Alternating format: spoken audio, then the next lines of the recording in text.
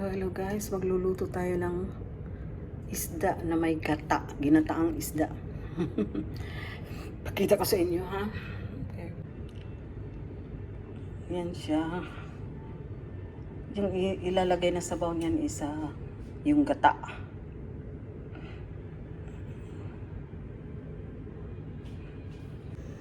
Yan siya guys. Lagyan ko ng paminta. Yung gata niya, yung tubig niya is gata. Yan.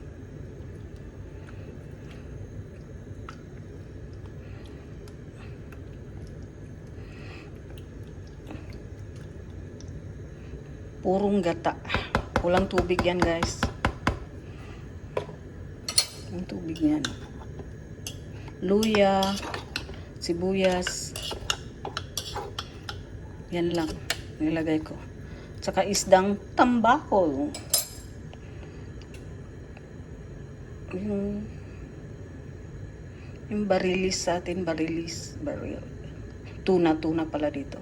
Tuna pala na isda. Sa Pilipinas, tambako yata. Pero tuna ito siya dito. Ayan. Hanggang sa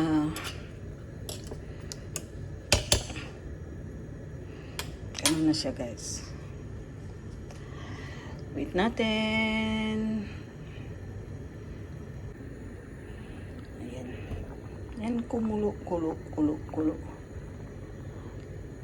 Ayan na. Tapos simmer na lang natin. Ayan, para hindi. Ayan.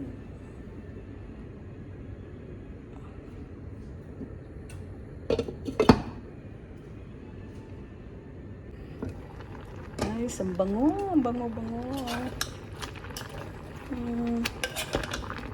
Gata.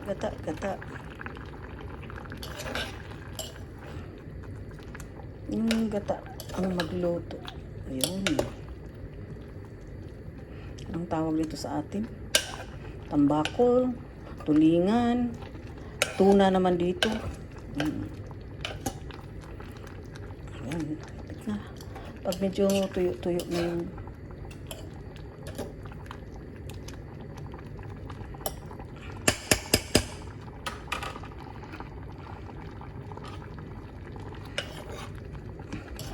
gusto ko yung walang tubig, yung wala ng gata.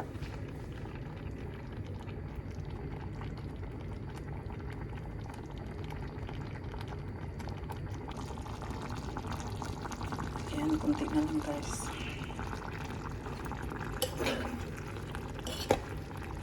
Gusto ko yung bitaw na yung mantika. Ayun, durog na.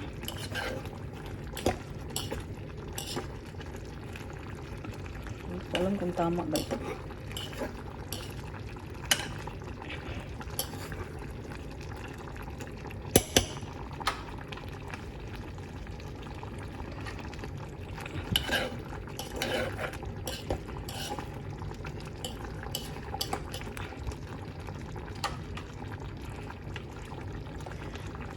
Luya lang, sibuyas ang nilagay ko.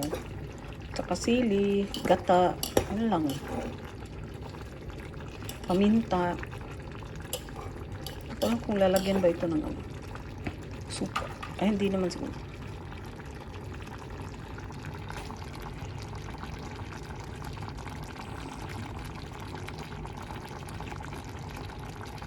Ay, dahon sana ng L'Oreal. Luto na siguro yan, guys. Huh? Wala na eh. Durog na. Oh, wala na. Dumikit na siya eh.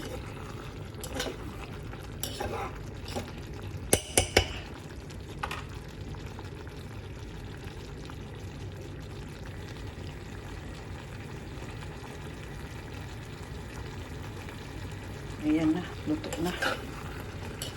Wala talaga. Hindi ko talaga siya nilagyan ng tubig. Yan lang ang tubig niya.